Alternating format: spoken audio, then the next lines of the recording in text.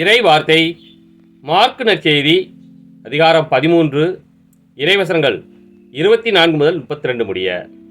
அக்காலத்தில் இயேசு தம் சீடர்களுக்கு கூறியது, அந்நாள்களில் வேதனைகளுக்கு பிறகு கதிரவன் இருண்டுவிடும், நிலா ஒளிகொடாது, விண்மீன்கள் வானத்திலிருந்து விழுந்த வண்ணமாயிருக்கும், வான்வெளி கோள்கள் அதிரும்.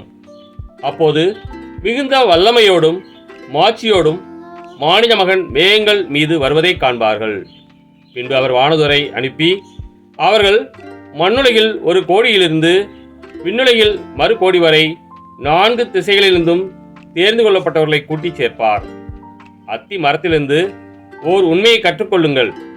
அதன் கிளைகள் தளிர்த்து இலைகள் தோன்றும்போது கோடைக்காலம் நெருங்கி வந்துவிட்டது என நீங்கள் அறிந்து கொள்வீர்கள்.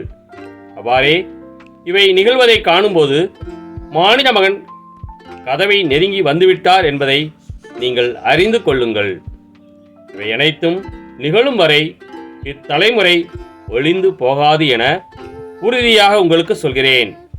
விண்ணும் மண்ணும் ஒளிந்து போகும், ஆனால் என் வார்த்தைகள் ஒளியவே மாட்டா.